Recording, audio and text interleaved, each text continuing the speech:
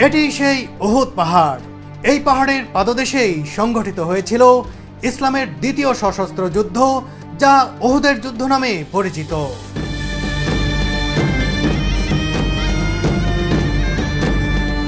বদরের যুদ্ধে শোচনীয় পরাজয়ের প্রতিশোধ নিতে আসা মক্কার অমুসলিমদের আঘাতে এই উহুদের ময়দানে গুরুতর আহত হয়েছিলেন নবী করিম সাল্লাল্লাহু আলাইহি ওয়াসাল্লাম। এই জায়গাতেই মহানবী হযরত মুহাম্মদ সাল্লাল্লাহু আলাইহি ওয়াসাল্লামের উপরে আঘাত করা হয়েছিল, আর সাথে সাথে তার দুটি দাঁত ভেঙে গিয়েছিল। আল্লাহর নির্দেশে সেদিন এই পাহাড় ফাঁক হয়ে আহত নবীজিকে আশ্রয় দিয়েছিল। মহানবী সাল্লাল্লাহু আলাইহি ওয়াসাল্লামকে যখন এখানে নিয়ে আসা হয়, রাখা হয়, তখন উহুদ পাহাড় থরথর করে কাঁপছিল। আল্লাহ পাক তখন উহুদ পাহাড়কে বললেন, হে উহুদ, তুমি শান্ত হও, তোমার এখানে কে আশ্রয় নিয়েছে তুমি জানো না?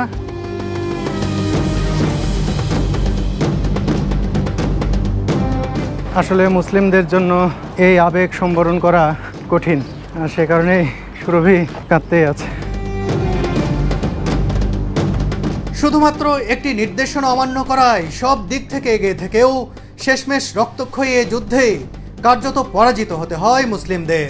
এ যুদ্ধে প্রাণ হারান 70 জন সাহাবা।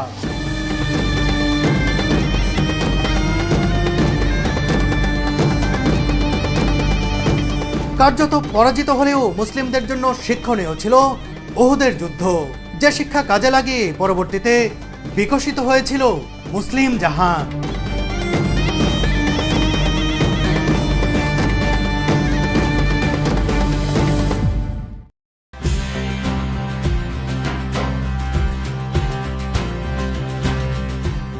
বদরের যুদ্ধে বীরত্বপূর্ণ জয়লাভের পর মদিনার ঘরে ঘরে যখন আনন্দের জোয়ার বইছিল, ঠিক তখন পরাজয়ের যন্ত্রণায় রাগে ক্ষোভে জ্বলছিল মক্কার অমুসলিম কুরাইশরা।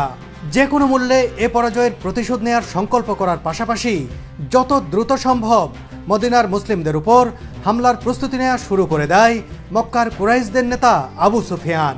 এরই অংশ হিসেবে মুসলমানদের বিরুদ্ধে আরব গোত্রসমূহকে একত্রিত করতে লাগলো সে। বদরের যুদ্ধের 1 বছরের মাথায় 625 খ্রিস্টাব্দ তথা 3 হিজরির শাওয়াল মাসে বিশাল বাহিনী নিয়ে মদিনার উদ্দেশ্যে রওনা দেয় অমুসলিম কুরাইশরা।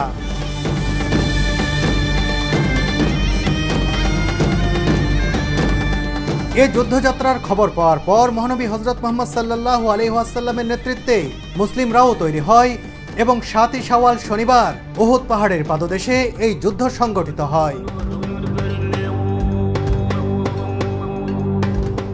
সংখ্যায় কম হওয়া সত্ত্বেও মুসলিমরা প্রথম দিকে সাফল্য লাভ করেছিল এবং মক্কার সৈনিকরা পিছু হটতে বাধ্য হয়। বিজয়ের খুব কাছাকাছি থাকা অবস্থায় মুসলিম বাহিনীর কিছু অংশের ভুল পদক্ষেপের কারণে যুদ্ধের মোড় ঘুরে যায়। হযরত মুহাম্মদ সাল্লাল্লাহু আলাইহি ওয়াসাল্লাম তীরন্দাজদেরকে নির্দেশ দিয়েছিলেন যে ফলাফল যাই হোক না কেন তারা যেন রোমাত পর্বত থেকে সরে না আসে, কিন্তু সেই নির্দেশ অমান্য করে মুসলিমরা বিজয়ী হয়েছে ভেবে তারা অবস্থান ত্যাগ করলে এই সুযোগ নেয় মক্কা বাহিনীর অন্যতম সেনাপতি খালিদ বিন ওয়ালিদ।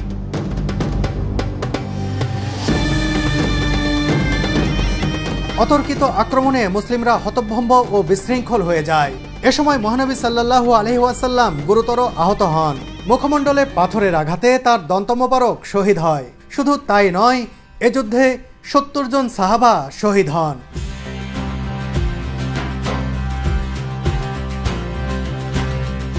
উহুদের যুদ্ধের ময়দানে কোন জায়গায় কি ঘটেছিল তা সরেজমিনে দেখতেই মদিনা শহর থেকে রওনা দিলাম আমরা।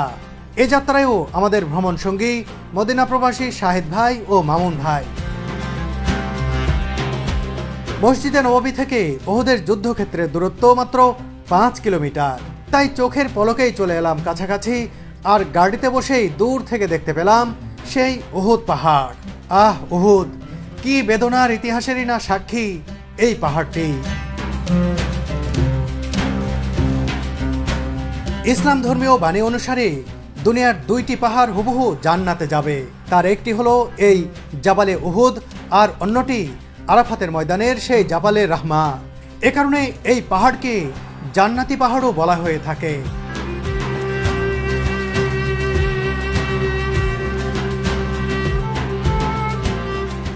বন্ধুরা, আমরা চলে এসেছি উহুদ পাহাড়ের পাদদেশে। এই যে দেখতে পাচ্ছেন উহুদ পাহাড়। গাড়িতে করে মদিনা শহর থেকে আসতে আমাদের কিন্তু বেশি সময় লাগলো না। উহুদ পাহাড়ের এই যে পাদদেশ দেখছেন, এখানে একটি মসজিদ দেখতে পাচ্ছেন। এই মসজিদটির নাম হলো সাইয়্যিদুশ শুহাদায়ে উহুদ। উহুদের ময়দানে যে 70 জন সাহাবায়ে কেরাম শহীদ হয়েছেন, তার ভিতরে অন্যতম রাসূল সাল্লাল্লাহু আলাইহি সাল্লামের চাচা হযরত আমির হামজা রাদিয়াল্লাহু তাআলা আনহু, তিনিও ছিলেন। এবং এখানে এর আগে ছোট্ট একটি মসজিদ ছিল তাদের স্মরণে, সেই শুরু থেকেই একটা মসজিদ। কারণ রাসূল সাল্লাল্লাহু আলাইহি সাল্লাম যেখানে যেতেন যুদ্ধের আগে পরে কিন্তু নামাজ হতো, সেখানেই কিন্তু মসজিদ পরবর্তীতে হয়েছে। সেই সুবাদেই এই মসজিদটি গত কয়েক বছর আগে সেই শহীদদের প্রতি স্মরণ রেখে সেই নামে সাইয়্যিদুশ শুহাদায়ে উহুদ নামে এই মসজিদটি বানানো হয়। এবং এই মসজিদটি মাশাআল্লাহ ভিতরে অনেক সুন্দর, এবং পাশে মহিলাদের নামাজ পড়ার এবং পুরুষদের নামাজ পড়ার পাশাপাশি ভিতরে ওয়াশরুম এবং ওযুখানার সুন্দর রয়েছে।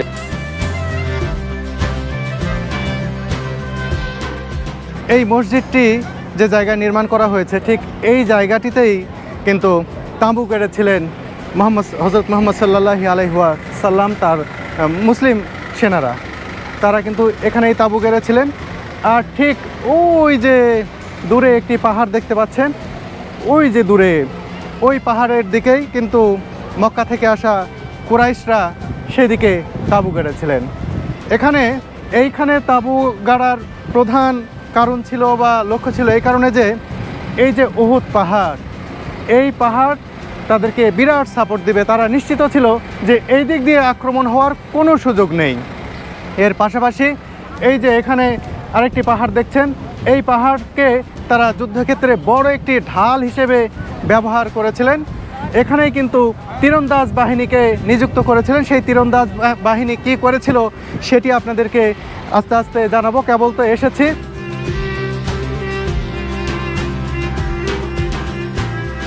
জাবালে উহুদ ও জাবালে রোমাতের মাঝের এই ময়দানে হাজারো কবুতর ওড়াউড়ি করে দিনভর। ঠিক এই জায়গাতেই অমুসলিম কুরাইশদের দ্বারা অপ্রত্যাশিতভাবে আক্রান্ত হয়েছিল মুসলিম বাহিনী।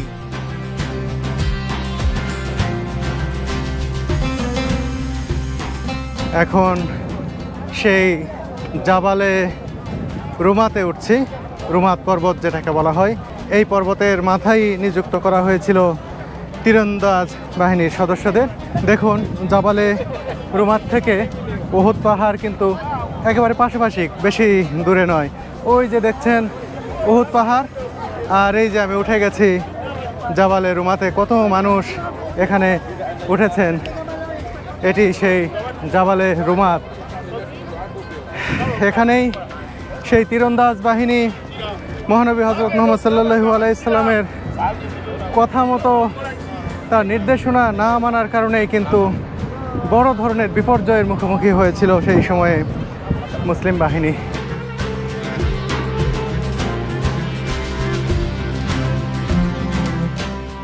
জাবালে রোমাত থেকে গোটা উহুদ পাহাড় এক নজরে দেখে নিলাম।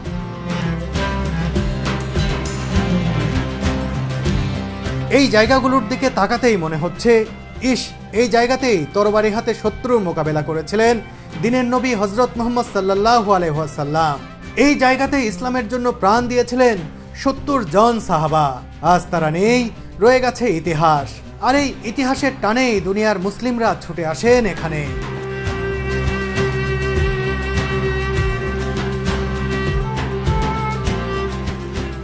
জাবালে রুমাতের চূড়ায় প্রতিদিনই অনেক মানুষ আরোহণ করে থাকেন। এখানে আসা হাজি ও দর্শনার্থীরা উহুদের যুদ্ধে শহীদ সাহাবাদের জন্য দোয়া করে থাকেন। এখানে নবীজির উপর যে আক্রমণ হয়েছিল সেই কথা ভেবে তারা অশ্রুপাতও করে থাকেন।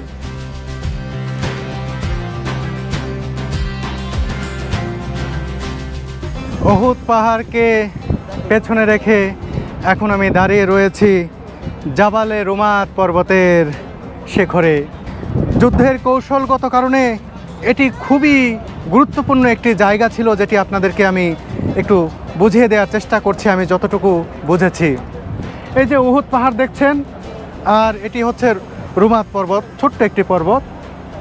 এর মাঝে যে ফাঁকা জায়গা, আমি আগেই বলেছি, এই যে মসজিদ দেখতে পাচ্ছেন, এই ফাঁকা জায়গা, এই জায়গাটিতেই কিন্তু তাঁবু গেড়েছিলেন সেই সময়ে মুসলিম বাহিনীর সদস্যরা হজরত মুহাম্মদ সাল্লাল্লাহু আলাইহি ওয়াসাল্লামের নেতৃত্বে। সেই কারণে কিন্তু একদিকে এই উহুদ পাহাড় তাদেরকে নিরাপত্তা দিচ্ছিল, তারা নিশ্চিত ছিল যে ওই পাহাড় ডিঙে এসে আক্রমণ করা কোনোভাবেই সম্ভব নয়। আর এই পাশে এই জাবালে রুমাত, এই দিক থেকে আক্রমণ করাও সম্ভব নয়। কুরাইশ বাহিনীর সৈন্যরা কিন্তু অবস্থান নিয়েছিল ওই যে পাহাড় দেখতে পাচ্ছেন, ওই পাহাড়ের পাদদেশে এই যে এই এলাকাটিতে তারা ছিলেন। সেখান থেকে যদি আক্রমণ করতে হয় মুসলিম বাহিনীর উপরে, আমি আগেও বললাম দুইটি পথ। একটা হচ্ছে সরাসরি এসে সম্মুখ যুদ্ধে লিপ্ত হয়ে এখানে আক্রমণ করতে হবে, আরেকটি হচ্ছে এই রুমাত পর্বতের জাবালে রুমাতের এই পাশ দিয়ে এই দিক দিয়ে ঢুকে ঠিক পেছন দিয়ে আক্রমণ করা যাবে। সেই কারণেই কিন্তু যুদ্ধের একটি খুব গুরুত্বপূর্ণ জায়গা ছিল এই রুমাত পর্বত, যে তাদেরকে যাতে পেছন দিক দিয়ে কেউ আক্রমণ করতে না পারে মুসলিম বাহিনীর যে সেনারা ছিল তাদের উপরে।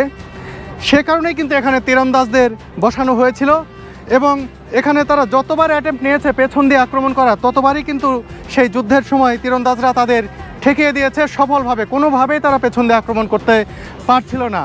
আর সম্মুখভাগের যুদ্ধের শুরুতেই তো মুসলিম বাহিনী তাদেরকে কোণঠাসা করে ফেলে, একরকম বিজয় নিশ্চিত করে ফেলে।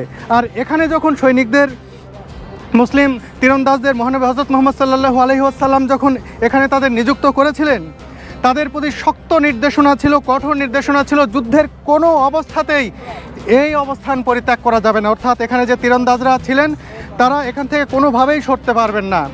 এখানে যদি মুসলিম বাহিনীর পরাজয় হয়, বিজয় হোক পরাজিত হোক, তারা কোনো অবস্থাতেই তারা এখান থেকে সরবে না।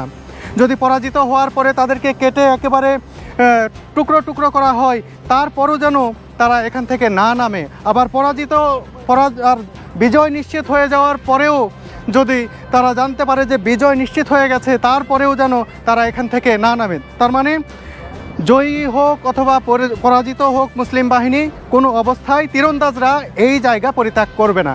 কিন্তু প্রথম অবস্থাতেই যখন কুরাইশ বাহিনীকে কোণঠাসা করে ফেলে, তাদেরকে পরাজিত করে ফেলে একরকম, ঠিক সেই সময়ে তারা ভাবে যে বিজয় নিশ্চিত হয়ে গেছে। আর যারা নিচের ময়দানে যারা যুদ্ধ করছিলেন তাদের অনেকেই গনিমতের মাল যেগুলো ছিল সেগুলো সংগ্রহ করা শুরু করে। সেই লোভে পড়ে এখানকার যে নির্দেশনা ছিল সেই নির্দেশনা অমান্য করে তীরন্দাজরা এখান থেকে নিচে নেমে যায়। নিচে নেমে গিয়ে গনিমতের মাল সংগ্রহ করা শুরু করে। তো সেই সুযোগটাই কিন্তু নিয়ে ফেলে কুরাইশদের সেই সময়ের সবচেয়ে শক্তিশালী যোদ্ধা খালিদ বিন ওয়ালিদ। তিনি করেন কি, তার সৈন্যবাহিনী নিয়ে এই যখন মুসলিমরা ভাবছিলেন যে কুরাইশরা পালিয়ে যাচ্ছে, আসলে তারা পালিয়ে যায়নি। খালিদ বিন ওয়ালিদ তাদেরকে সংগঠিত করে নিয়ে এই দিক দিয়ে পেছন দিয়ে এসে এখানে যে মুসলিম সৈন্যরা ছিলেন, হযরত মুহাম্মদ সাল্লাল্লাহু আলাইহি ওয়াসাল্লাম সহ যারা এখানে ছিলেন, তাদের উপরে একেবারে অতর্কিত আক্রমণ করে বসে। আর এতেই কিন্তু হতভম্ব হয়ে যায় সেই সময় যারা মুসলিম সৈন্য এখানে ছিলেন, মুসলিম বাহিনীর সৈন্যরা। এবং এ কারণেই কিন্তু তাদেরকে একরকম পরাজয় বরণ করে নিতে হয়। এখানে অনেক ক্ষয়ক্ষতি হয় মুসলিমদের এই একটি ভুলের কারণে।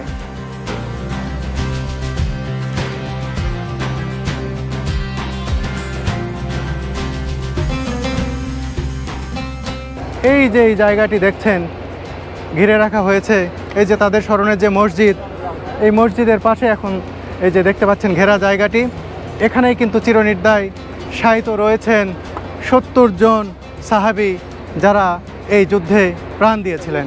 চলুন কাছে গিয়ে আমরা তাদের কবর দেখতে চাই। যদিও চারপাশ ঘিরে রাখা হয়েছে, গ্রিল দিয়ে রাখা হয়েছে, ভিতরে ঢোকার কোনো উপায় নেই। এই গ্রিলের ফাঁক দিয়ে যতটুকু দেখা যায় আপনাদেরকে দেখাই।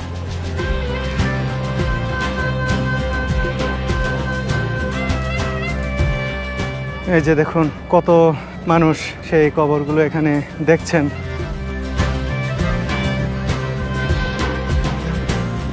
এখানে যে 70 জন সাহাবাই কেরাম শহীদ হয়েছিলেন, তার ভিতরে রাসূল সাল্লাল্লাহু আলাইহি সাল্লামের যে চাচা ছিলেন হযরত আমির হামজা রাদিয়াল্লাহু তাআলা আনহু, তার দেহটাকে হিংদা 70টি টুকরো করে গয়না বানাইছিলেন, তার কলিজা চিবিয়ে খেয়েছিলেন, তার বডি বিভিন্ন জায়গায় পড়েছিল এই যুদ্ধের ময়দানে।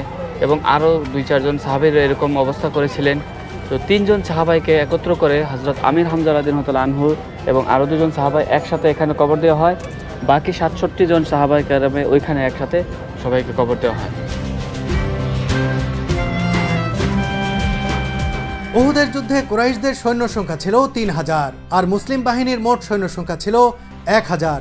এর মধ্যে মুনাফিক নেতা আব্দুল্লাহ ইবনে উবাই তার 300 অনুসারী নিয়ে দল ত্যাগ করেন। এর ফলে মাত্র 700 সৈনিক নিয়ে মুসলিমদের যুদ্ধ করতে হয়।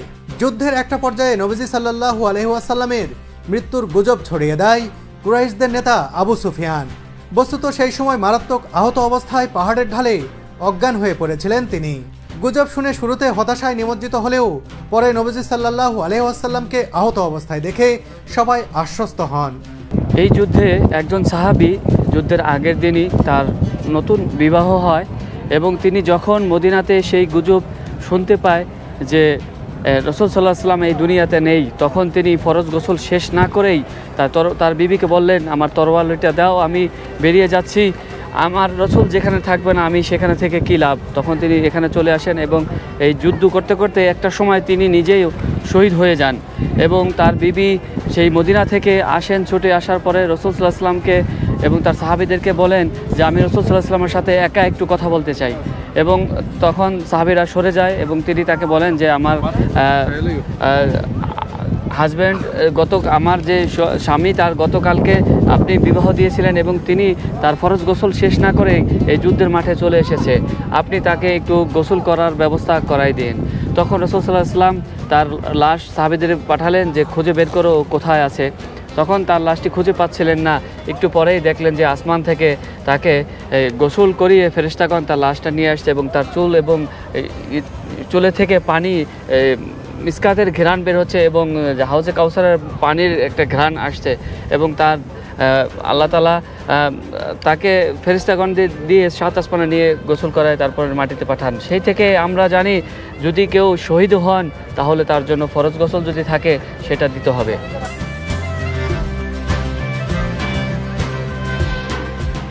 এখন আমরা যাচ্ছি এই যুদ্ধে মহানবী হযরত মুহাম্মদ সাল্লাল্লাহু আলাইহি ওয়াসাল্লাম যে গুরুতর আহত হয়েছিলেন, তার দন্ত মোবারক শহীদ হয়েছিল, এখানে দাঁত ভেঙে গিয়েছিল।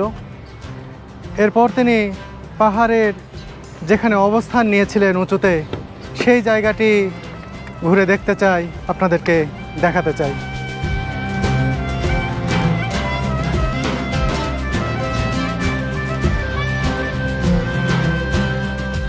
সেই জায়গায় চলে এসেছি যেখানে দিনের নবী হযরত মুহাম্মদ সাল্লাল্লাহু আলাইহি ওয়াসাল্লাম এই উহুদের যুদ্ধের সময় মারাত্মকভাবে আহত হয়েছিলেন। এই উহুদ পাহাড়ের ঠিক সেই জায়গাতে চলে এসেছি। মামুন ভাই, কোন জায়গায় তাকে আঘাত করা হয়েছিল? আসলে আমরা যারা উহুদ পাহাড়ে আসি তারা অনেকে এই জায়গাটা চিনি না। যুদ্ধ করতে করতে যখন কুরাইশরা, উহুদ পাহাড়টা কিন্তু আমার এই পাশে, যুদ্ধ করতে করতে এদিকে চলে আসে এবং ঠিক এই জায়গাটিতে রাসূল সাল্লাল্লাহু আলাইহি ওয়াসাল্লামকে পিছনে আমরা পাহাড়টিতে নিয়ে যাচ্ছি, তার দণ্ড মোবারকটা এখানেই শহীদ হয়েছিল।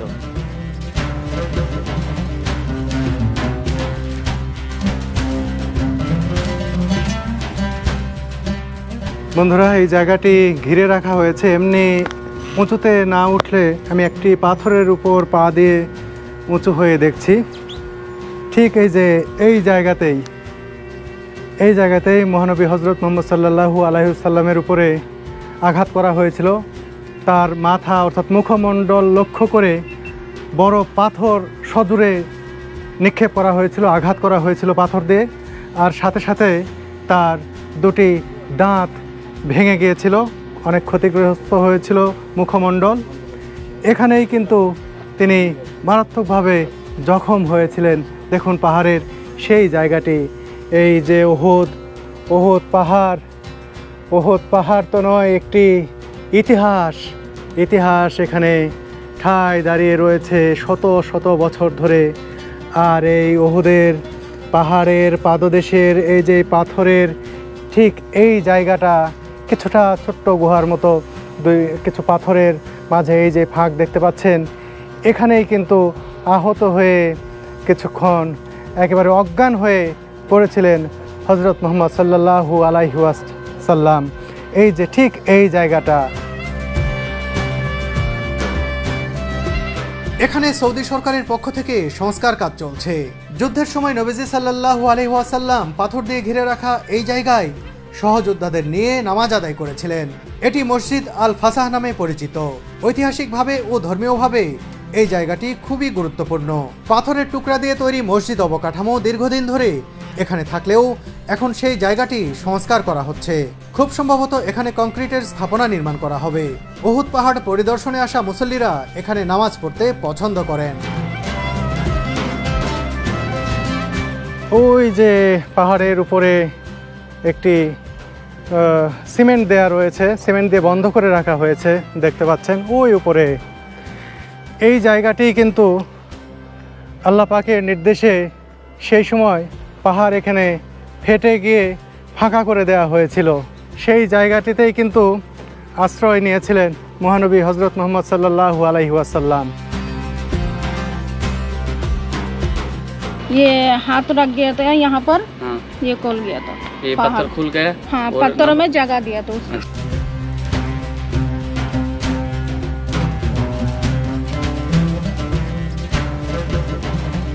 চিন্তা করুন, এখানে এমনি খালি খালি উঠতেই কত কষ্ট হচ্ছে, আর সেই সময় সাহাবীরা হযরত মুহাম্মদ সাল্লাল্লাহু আলাইহি ওয়াসাল্লামের দেহ অর্থাৎ তিনি যখন অজ্ঞান হয়ে গিয়েছিলেন তাকে ধরে কিভাবে এত উঁচুতে তুলে নিয়ে এসেছিলেন। সত্যি কি কষ্ট করতে হয়েছিল সেই সময়। আমরা এমনি এমনি উঠতেও তো ভয় লাগছে, পা পিছলে যাওয়ার মতো অবস্থা তৈরি হচ্ছে। এই যে ঠিক এই জায়গাটি,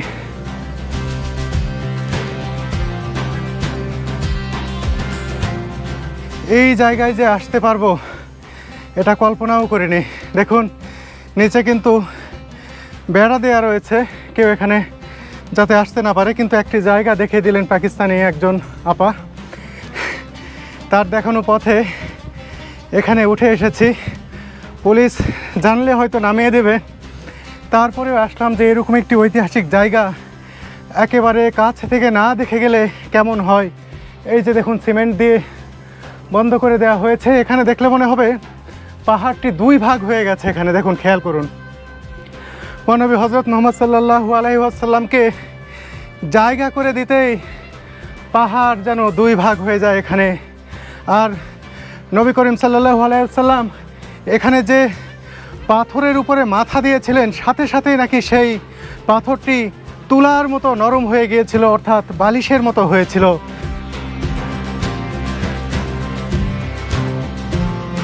এই যে পাথর দেখতে পাচ্ছি, এই পাথর ছুঁয়ে দেখছি। আসলেই হয়তো যখন তিনি এখানে আশ্রয় নিয়েছিলেন সেই সময় এই পাথরে মহানবী হজরত মুহাম্মদ সাল্লাল্লাহু আলাইহি ওয়াসাল্লামের সংস্পর্শ লেগেছিল, স্পর্শ লেগেছিল। সেই পাথর আমি স্পর্শ করতে পারছি। সত্যি এক অন্যরকম অনুভূতি এই পাথর। আর এই যে জায়গা দেখুন এখন বন্ধ করে দেওয়া হয়েছে। এই পাথরে হাত দিতেই শরীরটা যেন কেঁপে উঠছে। মহানবী সাল্লাল্লাহু আলাইহি ওয়াসাল্লামকে যখন এখানে নিয়ে আসা হয়, রাখা হয়, তখন উহুদ পাহাড় থরথর করে কাঁপছিল। আল্লাহ পাক তখন উহুদ পাহাড়কে বললেন, হে উহুদ, তুমি শান্ত হও, তোমার এখানে কে আশ্রয় নিয়েছে তুমি জানো না? আগে ছোটবেলায় আব্বু এগুলো গল্প শোনাইতো, আমার সেই এই গল্পের কথা মনে পড়তেছে যে এই সত্যি সত্যি এরকম একটা জায়গায় আমি আসতে পারলাম, এই পাথরটা আমি ছুঁতে পারলাম, এটা আমার সৌভাগ্য। হয়তো বা এই পাথরের সাথে ছোঁয়া লেগে আছে আমার প্রিয় নবী হযরত মুহাম্মদ সাল্লাল্লাহু আলাইহি ওয়াসাল্লাম। তিনি আহত অবস্থায় এখানে পড়েছিলেন, তার মাথা ব্যান্ডেজ এবং যত ধরনের ট্রিটমেন্ট এখানে কিন্তু করা হয়েছিল সেই জায়গাটি, এবং এখানে নরম বিছানার মতো হয়ে গিয়েছিল, তাকে বিশ্রাম দেওয়ার জন্য এই জায়গাটা ছিল। ভাই আপনিও চলে আসছেন? এই যে দেখেন ভাইও চলে আসছে। এই জীবনের প্রথমবার আসার অবস্থা হয়। এই প্রথম আসলেন?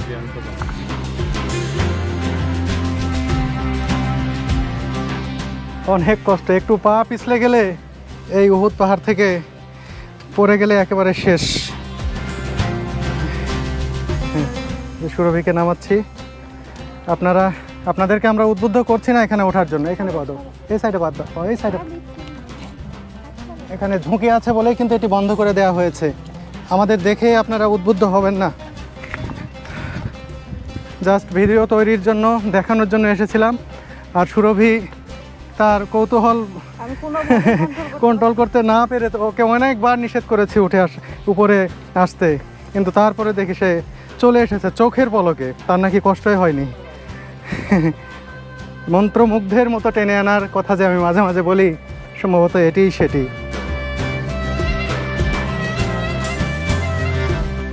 আসলে মুসলিমদের জন্য এই আবেগ সম্বরণ করা কঠিন, আর সে কারণেই সুরভি কাঁদতেই আছে। যুদ্ধক্ষেত্রে বিজয়ীদের 3 দিন অবস্থানের তৎকালীন রীতি পালন না করে কুরাইশরা মক্কায় ফিরে যায়। ফলে শেষ পর্যায়ে মুসলিমদের তুলনামূলক বেশি ক্ষয়ক্ষতি ও কুরাইশদের সুবিধাজনক অবস্থান সত্ত্বেও যুদ্ধের ফলাফল অমীমাংসিত রয়ে যায়। উহুদের যুদ্ধে যেসব শিক্ষণীয় বিষয় রয়েছে সে সম্পর্কে আল্লাহ তাআলা সূরা আল ইমরানের 121 নম্বর আয়াত থেকে শুরু করে 160 নম্বর আয়াতের মধ্যে তা বর্ণনা করেছেন।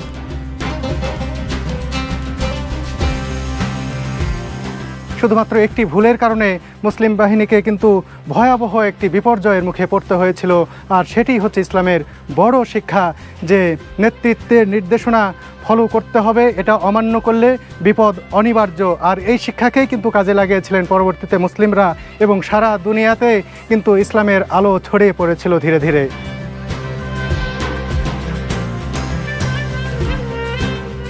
উহুদের যুদ্ধের পর মুসলিমরা যখন বিপর্যস্ত, ঠিক তখন থেকেই নতুন ষড়যন্ত্র শুরু করে মদিনার ইহুদিরা। তারা কুরাইশদেরকে মুসলিমদের উপর আবারও আক্রমণের আহ্বান জানায় এবং সব ধরনের সহায়তা দেওয়ার আশ্বাস দেয়। এরই পরিপ্রেক্ষিতে সংগঠিত হয় ইসলামের তৃতীয় যুদ্ধ, যা খন্দকের যুদ্ধ নামে পরিচিত। বন্ধুরা, পরের পর্বে জানাবো খন্দকের যুদ্ধের ইতিহাস।